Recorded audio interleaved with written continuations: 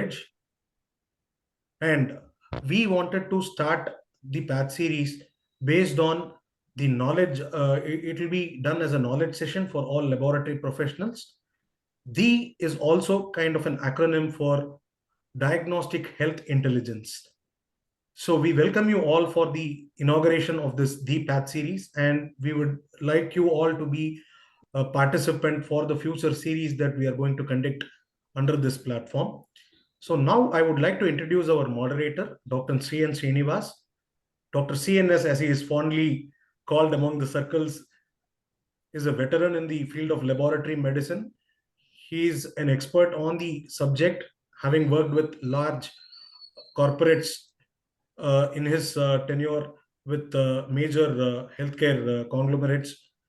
So I would now like to kind of hand it over to Dr. C.N. Srinivas to introduce the speakers.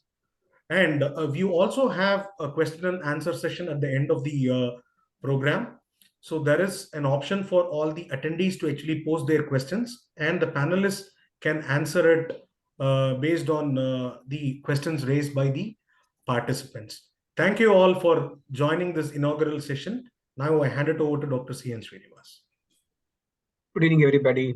At the outset, let me thank each one of you for taking your time to attend this knowledge sharing webinar series, the PATH series itself. And I would like to thank our esteemed speaker for the day, Dr. LEENA APPICATLAA, who is currently working as head of the laboratory operations at HCG Hospitals, Bangalore. HCG Triesta Sciences Hospital is basically catering to the cancer patients and is being represented in 20 cities in India. I'm very much honored to introduce Dr. LEENA, who is an exponential and a great laboratory stalwart because she has worked at various organizations at various positions. And currently, she has got these academic accomplishments, like she has completed her MD Biochemistry, postgraduate diploma in medical law and ethics from the National Law School of India, which is a prestigious law school in India and also across the globe. She has also completed the EDP in Strategic Management with XLRI Jamshedpur and Healthcare Management Program from the Indian School of Business, Hyderabad. She started her career as an assistant professor at medical colleges at Karaikal and at Ramachandra Medical College and Research Institute at Chennai. She has worked in various corporate hospitals as well as health sectors, and she's been associated with Apollo Hospital Group, Wockhardt Hospital Group, Fortis Hospital Groups, SRL Diagnostics, Human Health, and also currently she is working with the HCG Group. As I told you, she has got not only the academic domains and clinical competencies, but also in strategic planning and financial management, working as a regional head of operations, regional business head, technical head, and as a senior medical director itself. And one of the major things what I would see from her biodata is that she has got various awards. We are very much happy, ma'am, that you have been a recipient of Dr. APJ Abdul Kalam Lifetime Achievement Award by the International Institutes for Social and Economic Reforms, Bangalore in 2018. She has been the Indian Achievers Forum 2022 award winner for the Among Women of the Excellence series itself. And she has also been awarded Women Leaders to Look Up in 2023 by the Unified Brains at Passion Vista at CIAC Global 2023. A very dynamic leader, and she believes that a small step in the clinical laboratory would lead to a giant leap in the global healthcare management itself. She is an avid traveler, and she visits enjoying and writing about the historical monuments and Asian temples, which glues very much with my hobby and my destination travel exploring also. So that's for the Dr. LEENA, who will be talking about the laboratory digitalization and in the current scenario, how the digitalization can help. We have another one speaker for the day, who will also be speaking across the checklist for the selecting the laboratory information software itself. And he's none other than founder Sukraa Software Company, and also the current director. His name is Ananthan, and he's basically an MBA graduate who is being invested his skills along with his friends in the laboratory as well as healthcare management itself. He has been forerunner for heading the whole Sukraa software as a leader, as well as creative brain of the artificial intelligence and the machine learning itself. We are very happy to introduce Ananthan also because they voluntarily partnered to share the knowledge across the globe on the digitalization and artificial intelligence learning for the laboratory professional itself. May I request now Dr. LEENA to share her knowledge, and later on we'll be talking with respect to Dr. Ananthan to take his stage itself. Dr. LEENA, please.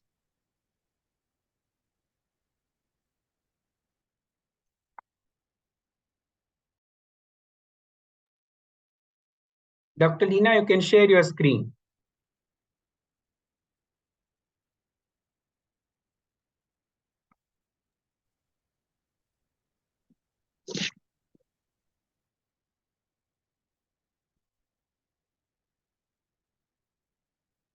Yeah, good evening, and thanks, Dr. Srinivas and the entire Sukraa team for inviting me for this webinar. And indeed, this is a very good initiative to which you have started, and I think it will be a very useful session for all of us. So, shall I start? I hope I'm audible. Yeah, doctor, you're audible. You can start. Okay. Yeah, so the topic for today is the future of lab medicine in an era of digitization. And I will start this session by taking you to the past, wherein we will discuss about the history of medicine. Now, the history of medicine is indeed quite old, like from the Middle Ages to the from the Middle Ages till the 18th century. Medicine was divided into kind of a bedside medicine, where the physician used to come to the near the bed of the patient and do the treatment. Then from the mid 18th to the 19th century, it became a hospital medicine because of several wars, etc., wherein the hospital started, and there were a lot of smaller kind of setups where the physician would actually treat the physician, or the surgeon would actually treat the patient. Now, in the 19th century, in the beginning of 19th century, is when the laboratory medicine and diagnostics became the mainstay of the entire medical practice. So, as we know, X-rays were invented, and then laboratory medicine slowly started coming. However, we cannot also say that it is only in the 19th century. Hippocrates very early had developed a diagnostic protocol where the patient's urine was tasted. The appearance of urine and urinary sediments were also taken into account. And he was listening to the lungs and observing skin color and other outward appearances. So basically what they try to do is understand the patient as an individual. However, once diagnostics like labs and radiology came into the front, then basically the entire medicine practice changed because it became more of an evidence-based medicine. And that is the past which we are looking at. Now let's come to India. India had a huge treasure house of Ayurveda.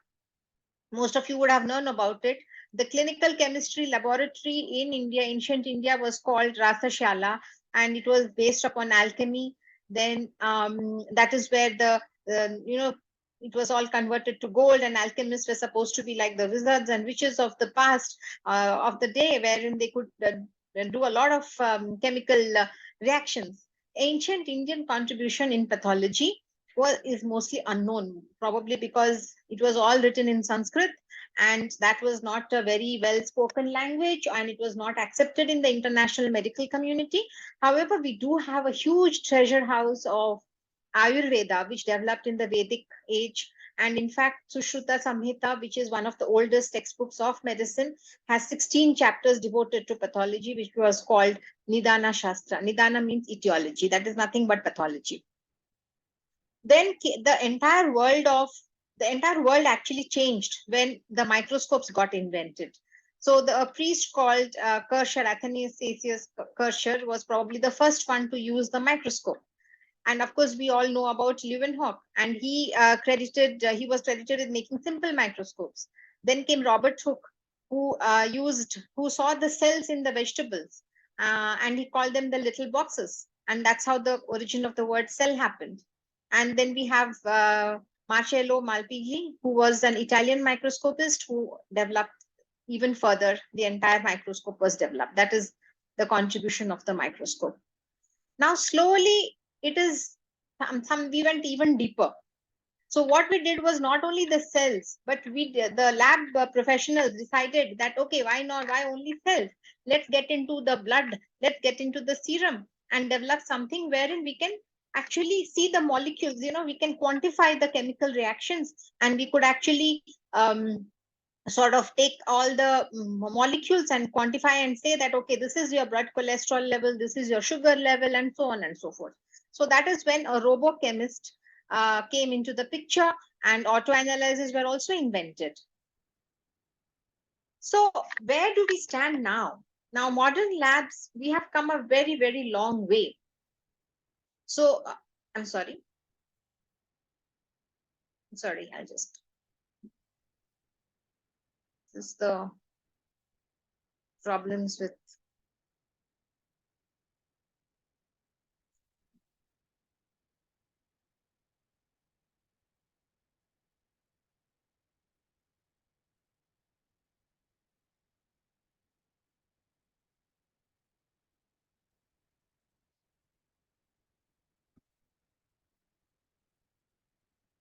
having a bit of a challenge today.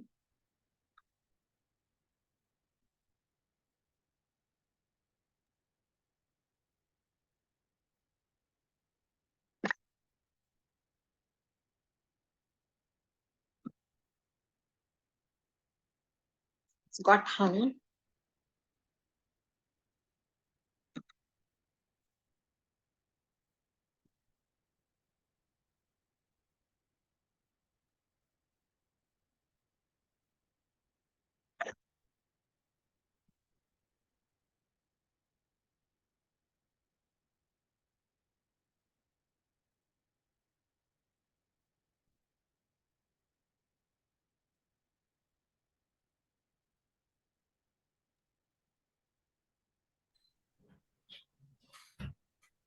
I'm having some challenges with my laptop. So I think we'll just have to. Yes. You can. Yeah. So what's in store for us in the future? Now we have seen the past. We've come a long way from there. Now we are now in a state where intelligent human beings are assessing the intelligence of machines. And if you see business-wise, AI-based healthcare will go from 23 billion to 194.4 billion with a CAGR of 38% up by 2030. Now, everybody speaks of AI, machine learning, and LLM, etc. So how much of it can we actually incorporate into the lab, and where do we stand and what we need to know? Because it is now imperative for lab people to understand that AI and machine learning is here to stay.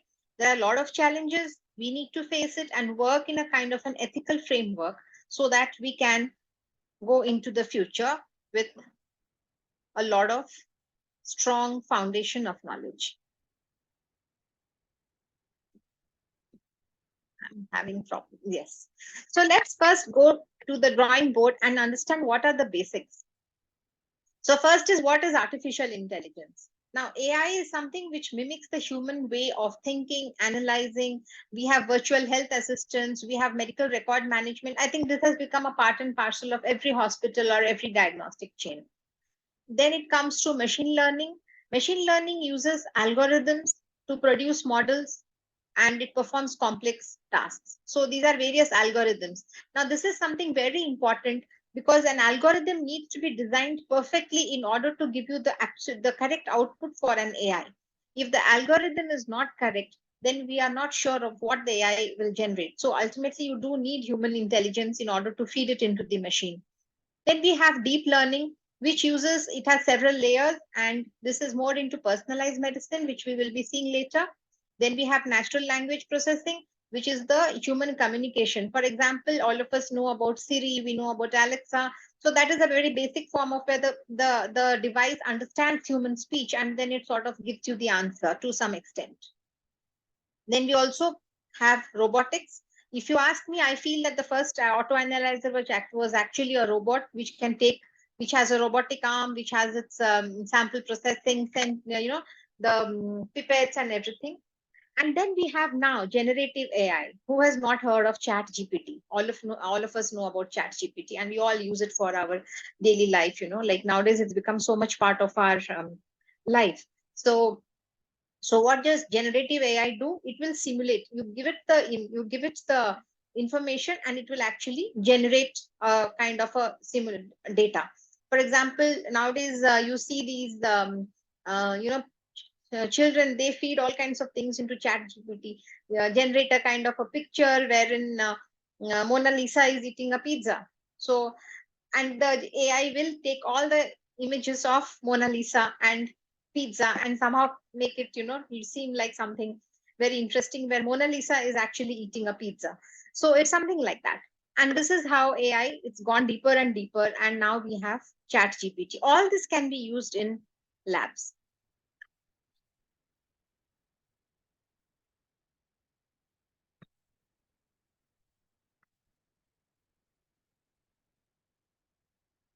So if you ask me again, I will just summarize it before we go into the topic.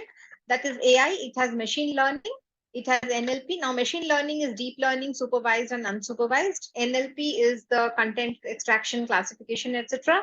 Then we have the vision and then the speech. And then we have the planning, robotics, and the expert systems. So this is how AI can be actually divided.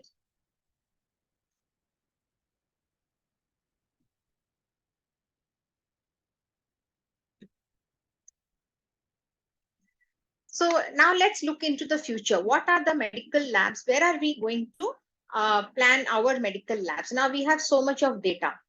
So we need to have real-time data analytics, genomics, personalized medicine. I work for HCG, wherein genomics plays a major role in the personalized, we have this called TSO 500, which analyzes the genomic structure of the cancer patient, and that sort of gives you the entire the genetic profile and helps it to be better for drug therapy, so that you can give a personalized kind of a medicine. This is something where AI also can be used. Then we have nanotechnology, telemedicine integration. Now, telemedicine integration and AI has a huge potential, particularly in a country like India, where many of our labs are remotely located, and we would be using AI for diagnosis and consultation. In fact, we have also done that in one of our smaller labs in periphery of Andhra Pradesh. So there, what we have done is we have put a AI CBC analyzer, and there the images are sent to the reference lab in Bangalore, so that even a skilled technician can actually make the smears, and the doctor in Bangalore is able to report it. So this is just a starting of the whole thing, wherein you don't actually need a pathologist sitting in one location, and not only that, you can also access the best of pathologists, which who are probably located in many of our metros and many of our cities. So that's where we are here. Now let us see the medical lab workflow. Now I would like to put AI as a kind of a, there are technical users as well as non-technical users. So we need to be very clear as to where we are putting the AI actually. So if you see the medical lab workflow, so what is it exactly? There is a physician and there is a patient, and the lab stands at the crossroads. It stands sort of in the between the physician and the patient. So what happens is there is a diagnostic stewardship. wherein the right test, first there is a clinical evaluation, of course, and then it goes to a diagnostic stewardship, wherein the right test has to be conducted on the right patient at the right time. So then a diagnostic test is ordered and it is performed, and then it goes to the clinical laboratory, and then the entire data is generated. So what happens is this entire process can we actually use AI for all this. Now some part of it is really very kind of, as all lab people would know, some part of it is really, you feel, oh my god, I wish I didn't have to do this. I wish my technicians didn't have to spend so much of time trying to recap or decap the vacutainers and then putting it back and all that. So how much of it can we automate? How much of it can we actually use AI for? That is something which we need to understand. Then we will be understanding about the technical part of AI, wherein probably, as I said, the CBCs or the histopathology or microbiology can be utilized. First, the non-technical part we should discuss, because that's where something, it will really help to help the pathologist as well as the technicians. And of course, it is much probably lesser risky. So in this kind of a diagnostic stewardship, we have the right interpretation, utilization, and all that. So that's when you finally come to the diagnosis and the treatment of the patient. So this is about the medical lab workflow. Now, if you ask me, then it is a balance between efficiency and effectiveness. So labs, generally, we have an internal dimension which is within the laboratory and an external dimension which is patient-centered. Isn't it? Like, we know inside the lab, it's like a huge, it's like a world in itself. So we focus on accuracy, reliability, timeliness, low cost. And then for the patient, it is, so once we evaluate all this becomes a sign of our efficiency. And for the patient, it is the diagnostic accuracy, the effect on patient outcomes, patient safety, how important is your test to actually, clinical importance of the clinical importance of the test. So this is a balance. And this is something which I found very interesting, so I'm sharing with all of you. Now these are, how does a clinical lab develop? Now the reason we must understand all this is because once we understand, as doctors, we can ask the IT companies with which we may be working with, you see, this is what I want. My lab will develop only if you give me these things. So development in the clinical laboratory, first is regulatory issues. Then you have advances in science and technology, advances to basic sciences like new diagnostic tests, modification in clinical care, then modifications in education. Then also the lab has to be profitable. Now all labs, as we know, there is a lot of pressure on all of us by the hospital or by the diagnostic company to make it profitable. So when you are designing an AI system for your lab, you need to understand that these are my drivers. So it should be like, okay, see, you are designing an AI system for me.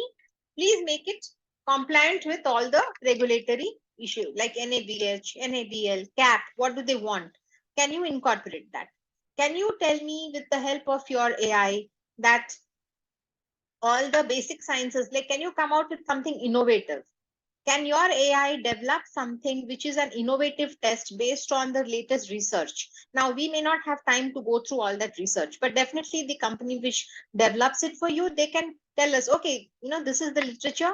I have used generative AI and it has taken out all this literature, and here I come up with a new test. Can I do that? So this is where my lab will develop. Now, when you come to the key operational matrices of any laboratory, this is again something which I want all of you to understand, that these are the 8 parameters of a good lab. So first is the TAC, all of us know that. Then the efficiency of the lab instruments and the equipment, that is the test volume per instrument, the test cost per unit, the repeat rates, quality control, measurement of accuracy and precision, test result accuracy, measurement of the accuracy of the lab test results, staff productivity. How productive are your staff? Are you having a bunch of people who actually come and then they say, are you making them productive? Are you utilizing them in the right way? And then, of course, the test result reporting and how long you are taking to document it. Document it in the sense that many times the machine may not be interfaced, in which case you will have to enter it manually or you will have to give it to the doctor, those kind of things. So these are the key operational matrices. And as a lab person, I would want to know where exactly the AI solution is going to fit in for this, because that will improve my lab.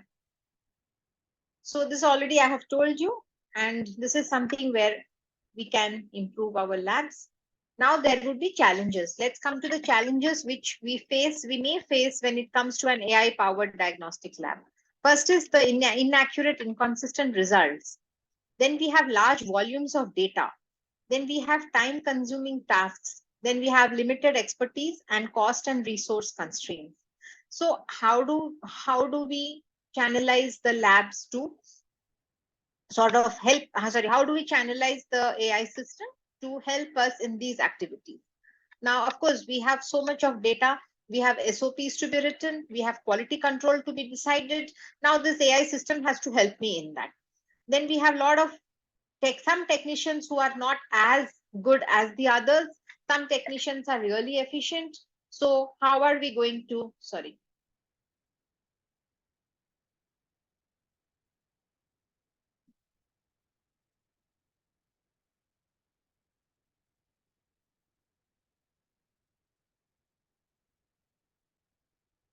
So how are we going to help, find out that the right person, the expert technician is put in the right place? Would AI help me in that? And these kind of things are some of the things which come to our mind when we are planning AI for our labs. And this already I have told you. Okay, now if I go back to this, these are the non-technical areas where where AI can help the labs. And in fact, today I was attending a conference where extra analytical automation was being discussed. And today around in the evening, I was attending that. So extra analytical automation is when all the redundant tasks can be taken up by a machine learning. It can, suppose we can program the machine to tell me that, okay, this is a hemolyzed sample, please remove it. And we can program it that way. Or we can tell the machine that, okay, we have something which will help us in recapping, which will help us in generating data faster, which helps us to write the SOPs so that we can work faster in more technical way. So like, for example, quality and accreditation, as I told you, then histopathology staining, personalized medicine, all these are areas, huge potential where AI can help the clinical laboratory. And now again, before I go to the third part of my talk, then, like we need standardize, all of us are lab doctors. We know that we need consistent formatting and standardization of reports. Now, if I run a lab and you run, there's another doctor running another lab, and the results are not formatted, results are not standardized, then how are you going to compare? Now, if a patient moves from one place to another, and then he says, okay, I've got my creatinine done in this lab, but that lab gives me a different kind of a thing, different value, and it says something else. Then how are you going to help that patient? Now, this is some area where AI also is going to be useful. Now, then we also have personalized insights where we combine the patient's medical history, lab reports, hospital reports. You take all of that and then you give the patient the idea, give it a personalized insight and treatment recommendation. This is already in place. I think a few startups, few companies are already doing this. So you take the data from the patient's reports, etc., and it can generate treatment recommendations. Then we have historical patient data. You take the older data for 5 years back, and then the generative AI gives you, okay, this person after hospital discharge is prone to a readmission into the ER, or this patient has more probability of developing the same disease again within the next. So it can combine the genomics data, it can combine the histopath, it can combine biochemistry, everything, and give you the predictive analysis. Now, this is the lab of the future, what we are all looking at. Then, of course, IoT, Internet of Things has come in. There are a lot of different physical objects which can be connected. I think already Sukraa is doing something on this front, and we have inventory management, then lab machines. Now we have our NABL coming up. So we say, okay, this equipment has been used, and but this is going to have a problem in the next few 5 days. So that's just when our NABL audit is coming, or our CAP audit is coming. So let's, the predictive maintenance of lab machines. So we know, okay, what to handle. So these are again some more, it's a vast field, and there's so much which can be done. And that's where the lab professionals have to understand IT and have to understand that AI is coming and how we can empower ourselves. Then data interoperability. Now, data interoperability is going to be very useful for the Ayushman Bharat scheme, which I'm the Digital India mission, which I'll be also covering in a little bit. So what do we do? This already I have covered. Now, a crucial role is the AI and clinical labs. We have artificial intelligence and biochemistry, AI algorithms, lab on a chip, have a small chip where we can integrate microfluidics, take minimal amount of samples, give the best results with accuracy, structural biology. Then we have bioinformatics. All these are AI integrated. These are a few healthcare startups which I've already, I think many of them are already functioning with AI. And I thought I would just put it up so that we know that so much of work is happening. In global use, what is it? Now, Google has come up with MedPalm, which is designed for the medical domain. And in fact, Google MedPalm was the first AI system to surpass the pass mark on USMLE style questions. And then we have a multimodal version where chest X-ray, mammogram, dermatology, retina, pathology, genomics, everything can be integrated and communicated. Then, of course, most of us know about IBM Watson, Path AI, and Path AI does a lot of work on AI-powered machine learning, and all these are in the, it's all coming up.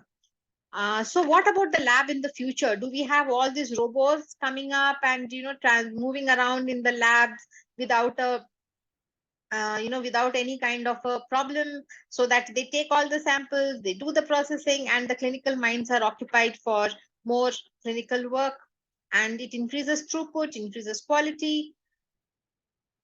This is the Digital Health India, as I was mentioning. So this is Ayushman Bharat Digital Mission. The reason I brought it up here is because so much of the digital part of the this scheme is going to be supported by AI. And basically, so what this is that, and like an individual across healthcare providers, they ensure that the medical records are issued to the correct individual. So, for example, if we go to a hospital, then the next visit we go to a nursing home, but the data from the hospital and the nursing home should be collated. It should be, we should be able to track that individual across the healthcare system. So this is a very ambitious project, which is probably, which is going to be, it's launched in several places.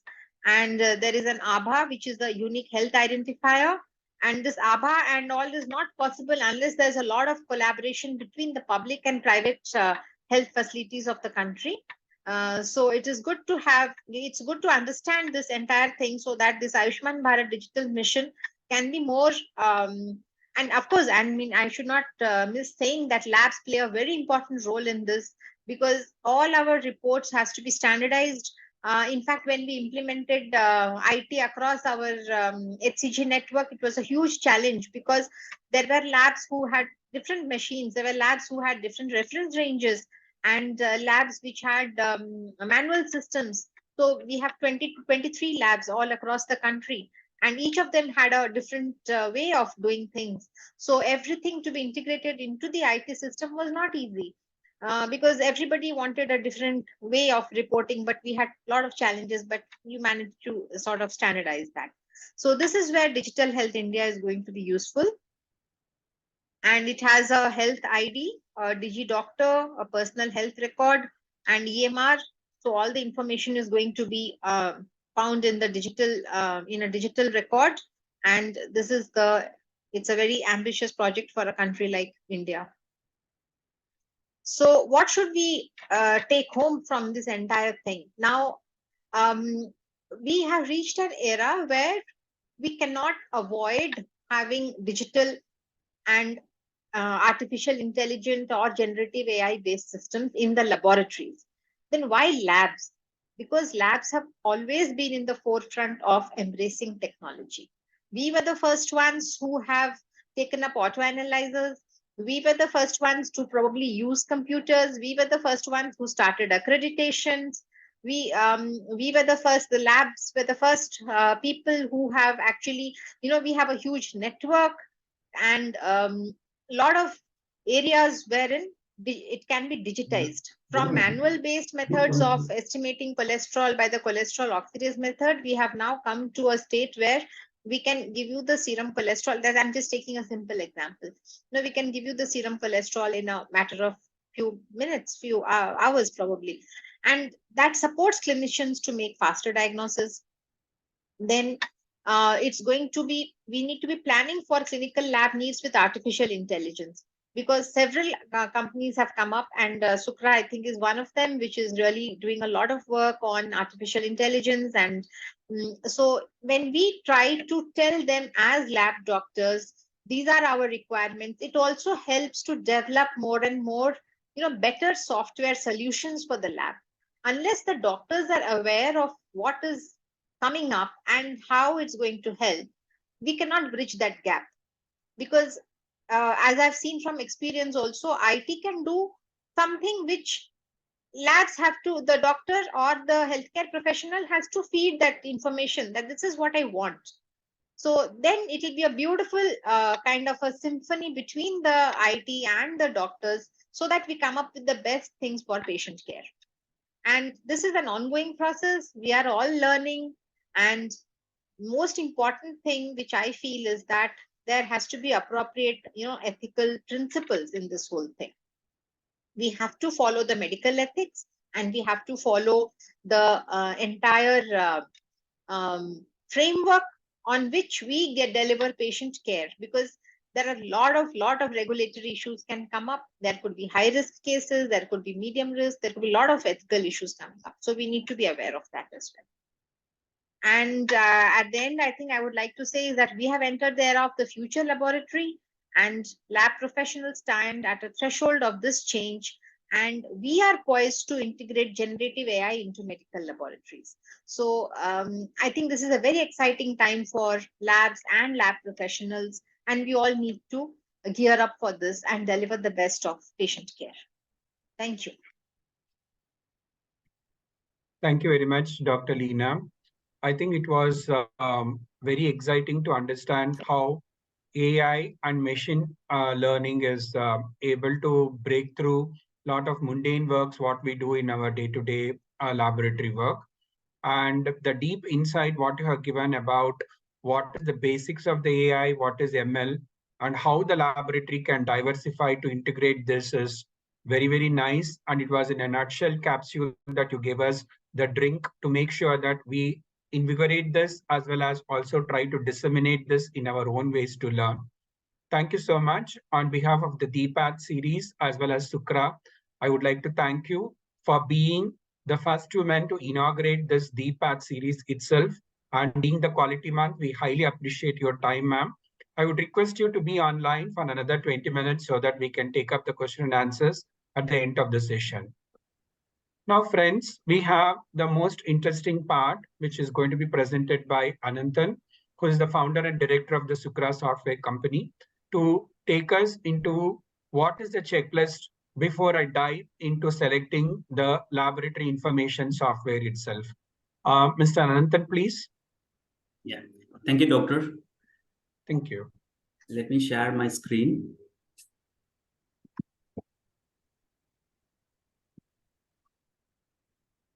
Is my share, can you able to see my screen? Yes, we can. Thank you, doctor. Good evening, everyone. At first, thank you for joining this webinar, the PATH series. I am founder director, Sukraa Software Solution Private Limited. specialized into healthcare ERP solutions for hospitals, laboratories, and clinical systems. For my today's topic is choosing LMS, the checklist for laboratory professionals. So how do we choose the right LMS for our laboratories?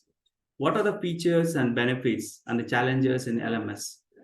What are the future trends and what are the best practice and the future trends being followed by LMS?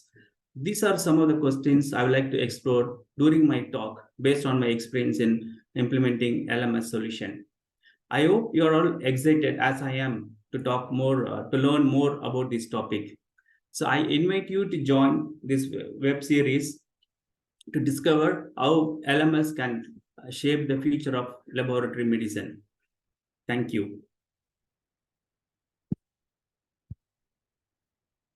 So what is LMS? LMS is a software solution. Ananthan, can you just go to the slideshow? Oh, sorry.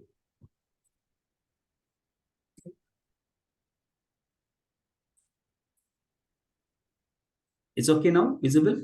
Yeah, it's right now. Yeah, I can carry on. Sorry.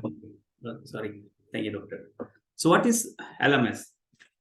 Basically, LMS is a software solution designed to engage right from the patient registration, the sample receipt to the report delivery. We call it like R2R. It also plays a key role in handling revenue cycle management, which is like the billing, inventory, and accounting solutions. The software should also ensure compliances based on the regulatory standards and should also aim at supporting business decision making. Here we go with the laboratory process flow. The software solution, Dr. LEENA has explained about the medical lab workflow. However, I'll explain again a simple workflow wherever the AI and automation can also be incorporated. So the solution starts with the billing. After the patient demographic details, the system captures how the patient is being referred through like a walk-in or a doctor or an hospital or through any corporate or insurance. So the moment the registration has been done, the patient walks to the phlebotomy, where the phlebotomy has got the checklist or the pending sample to be collected. So apart from the pending samples to be collected, the solution should also list what the kind of container based on the registration, whether it's going to be a serum tube or EDTA tube, and it's also supposed to give a small instruction how much ml of blood to be collected. So it helps you, the phlebotomy, to better handle the patient during the sample collections. So once the sample has been collected, the barcode has been sticked. So in this barcode solution, we can incorporate three solutions. One is like the standard barcode solutions based on the registration, the number of labels will be generated. The second one is on the pre-barcode label, wherein there is a chain of laboratories. The pre-barcode solutions will help them in better managing the patient sample as well. And third one is like we talk about the automation, like automatic tube labeling. So once we do a registration, the system automatically prints down the barcode in the test tube and choose the color of the container, and it been given to the patient for the sample collection. So the moment the sample has been collected, is being transferred to the department like biochemistry or hematology. The department acknowledges the sample. After the centrifuge, they send the samples to the auto-analysis. The auto-analysis requests what test to be done from the LIS. LIS direct for the given patient, what is the test to be done, the sample number, it be transferred. The auto-analyzer captures all the details, perform the test, and sends back the results. Here, we would like to emphasize, like, apart from a simple result capturing, so there are other parameters or capabilities we could say that the equipment can throw. Like there are a lot of interference flags, whether the sample is clotted or like a fibrin clot or like a HIT or like an air bubble. These some of the flags where the equipment throws. The solution should be able to capture those flags and help for a better diagnosis and interpretations.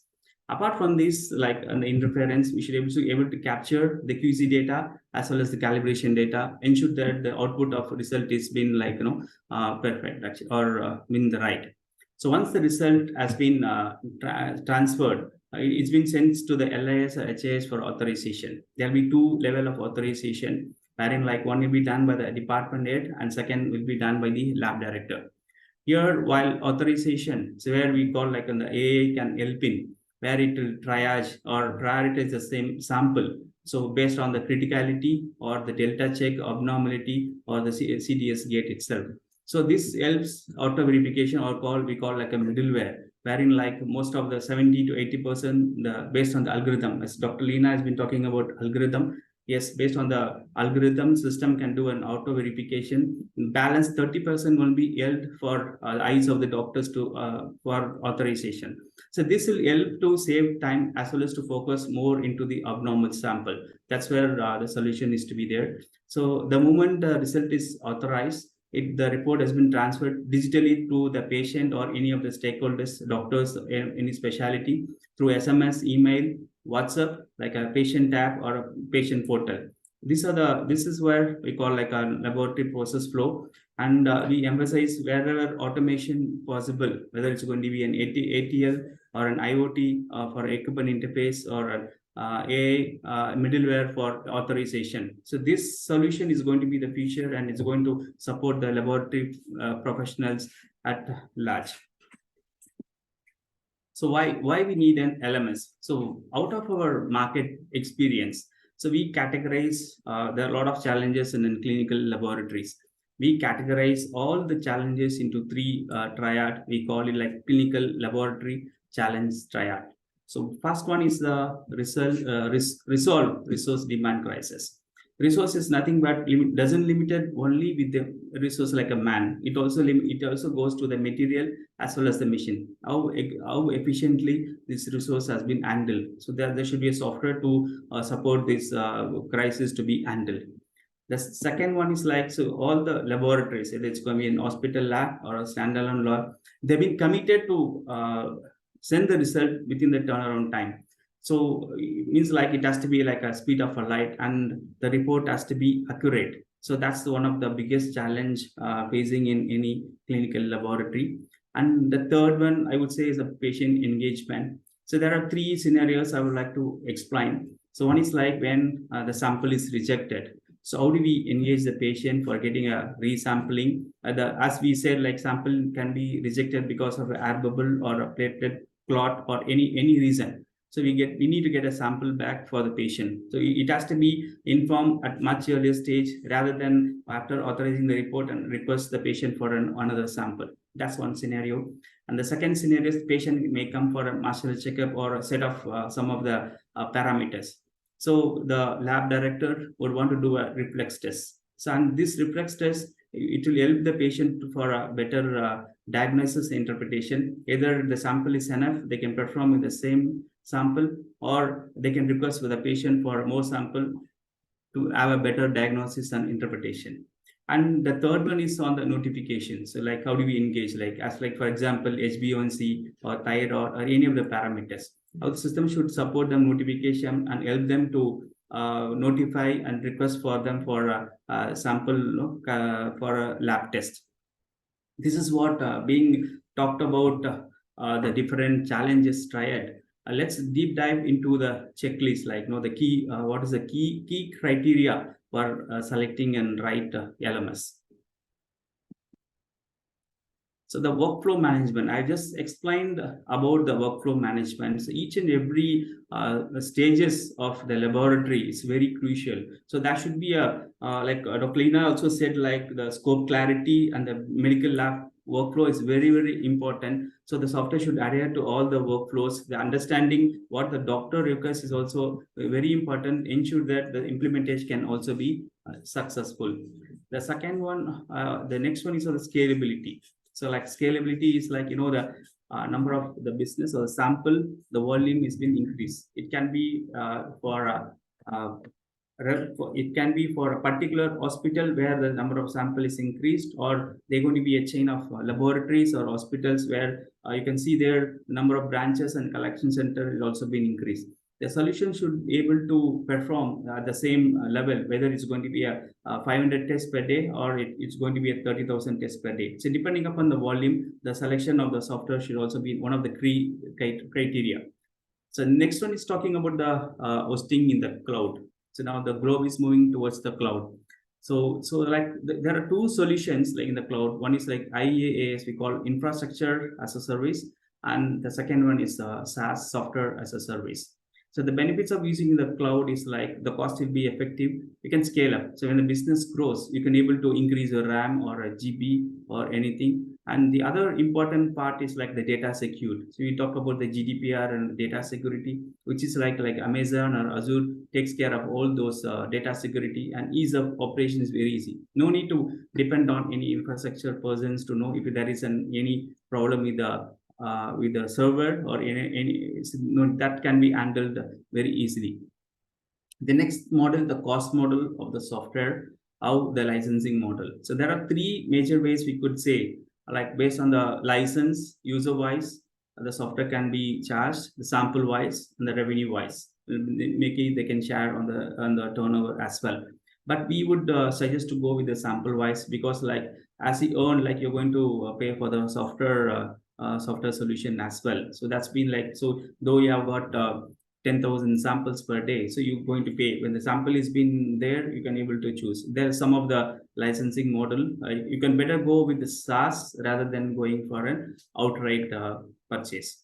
So the next one is implementation methodology. This is one of the important criteria to select then software. Like, so it has to be how the implementation. Is it going to be an agile or like a waterfall? So like this is more like a product. We should focus on the agile methodology and ensure that the key KPIs has to be listed down, ensure that implementation methodology will be successful.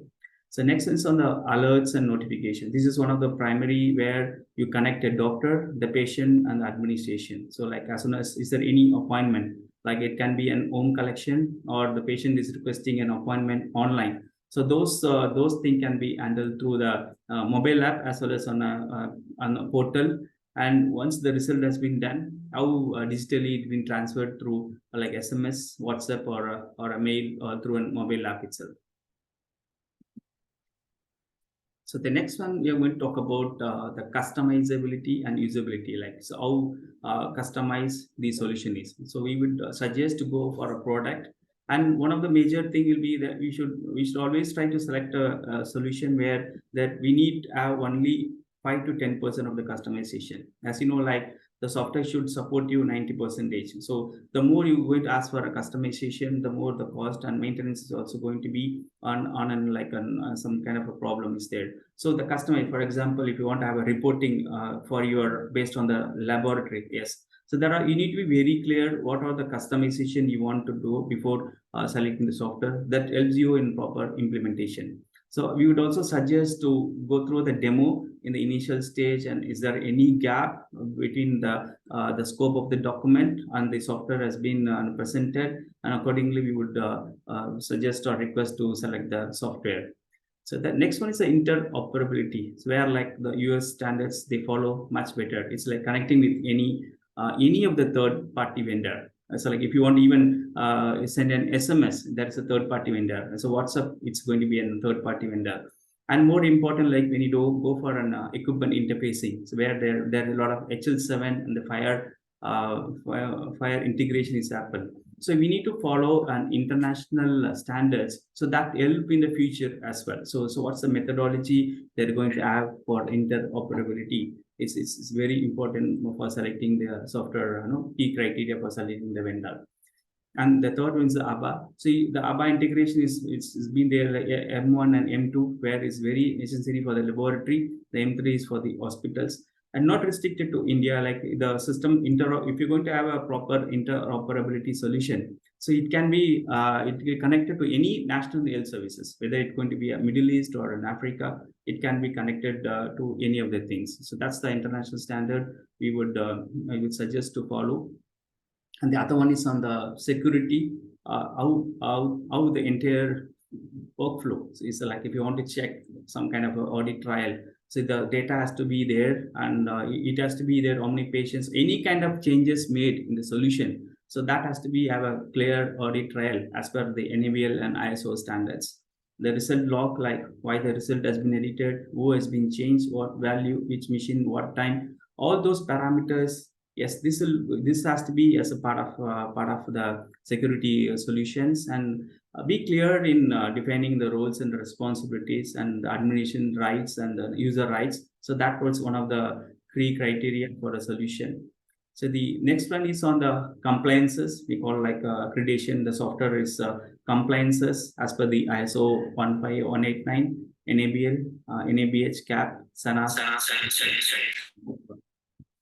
So then, so what's the next one? We talk about the LIMS experience in the LIMS implementation. So when you evaluate when they're like, so what are the challenges they've been faced as been during the implementation? So that's help you in successful implementation of any product to matter of concern. It's going to be in lab or an hospital. So that experience in implementation is going to be very vital for selecting the one of the key criteria I would suggest.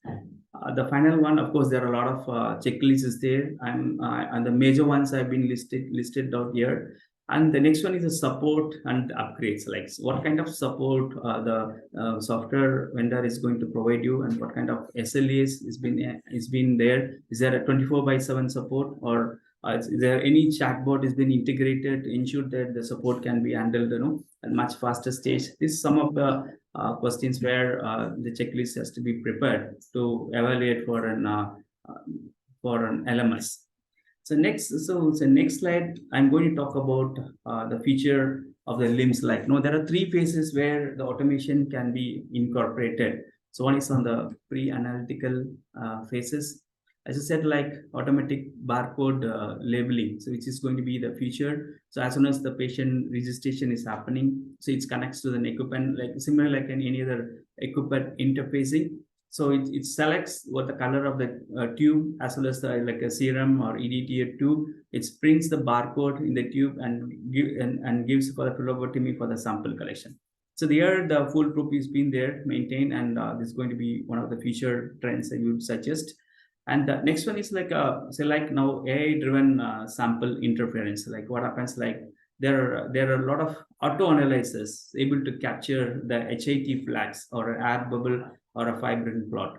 So these are all can be captured only after the equipment is processed, wherein like you use a reagent and then throws the result, which we have been doing it now. So there will be one more solution where before you centrifuge, or there's a possibility through an AI based on the image and the color codification. So the solution will help you at the stage itself, even like before the patient leaves the lab premises. It should support you to identify any criteria for the sample rejection criteria as well. This is more into the pre-analytical, where we feel like a lot of errors can be avoided in this stage.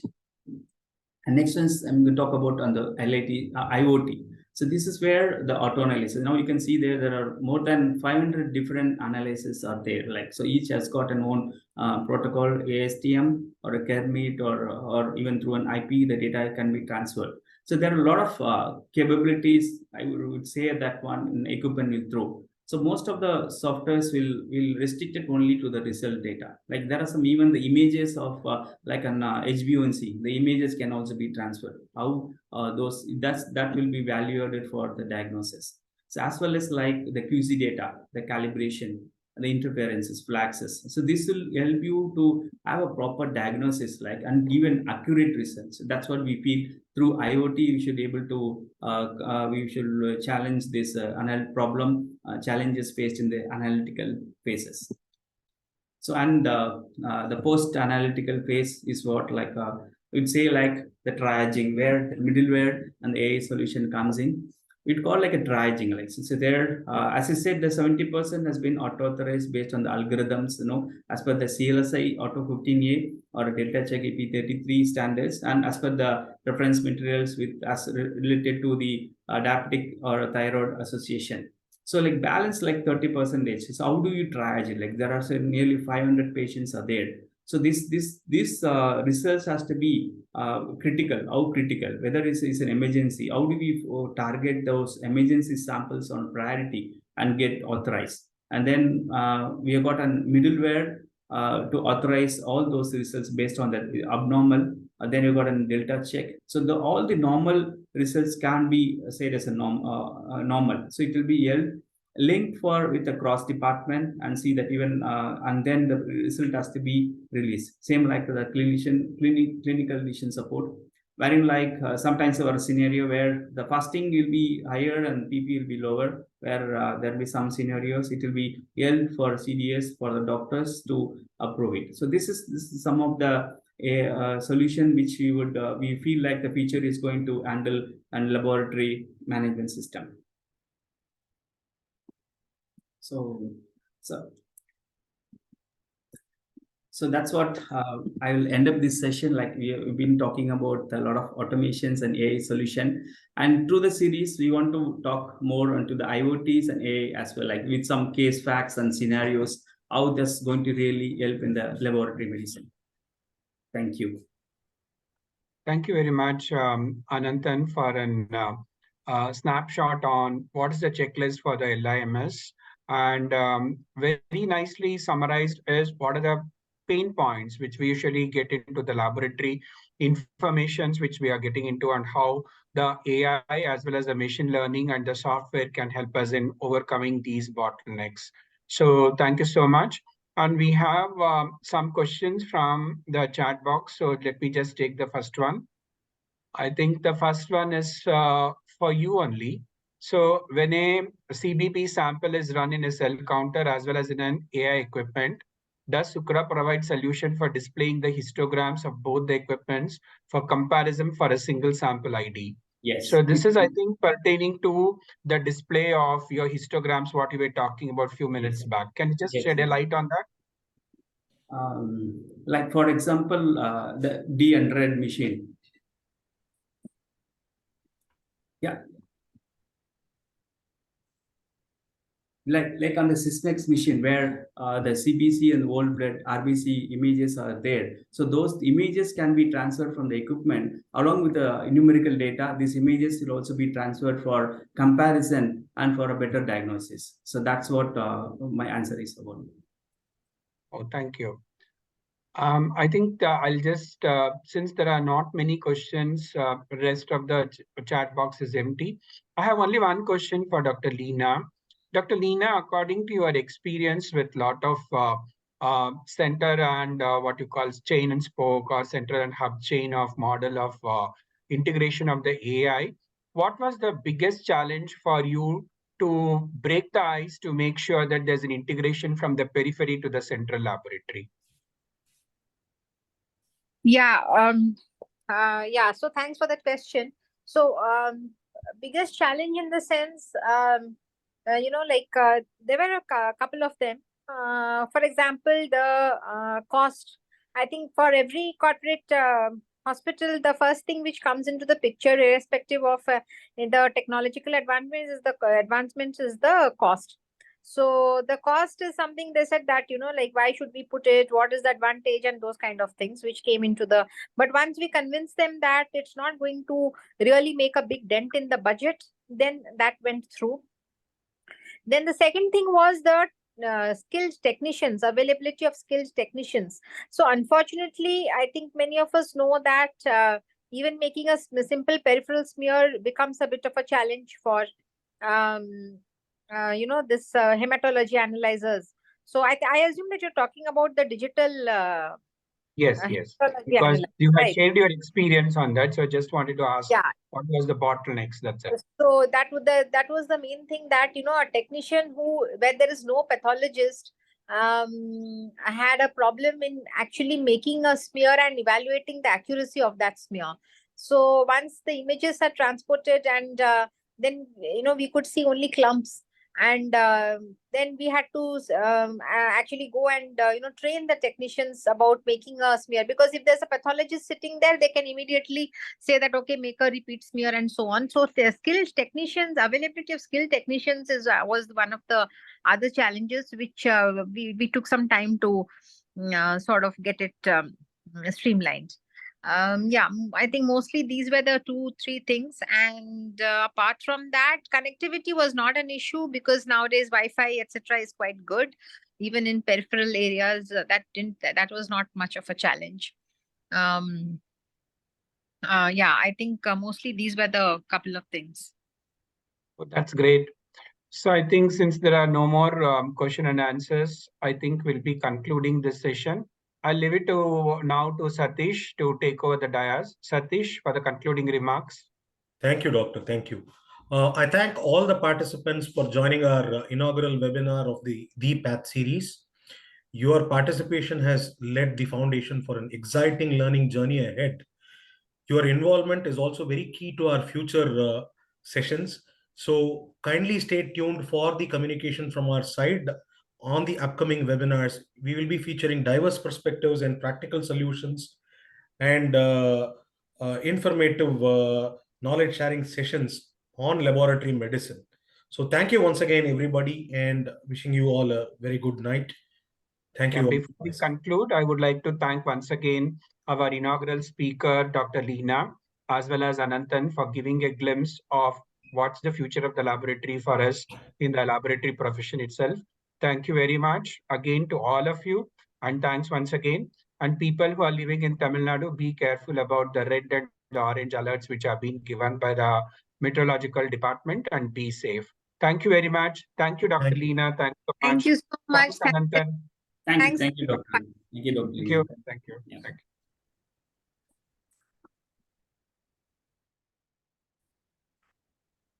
Thank you, Doctor.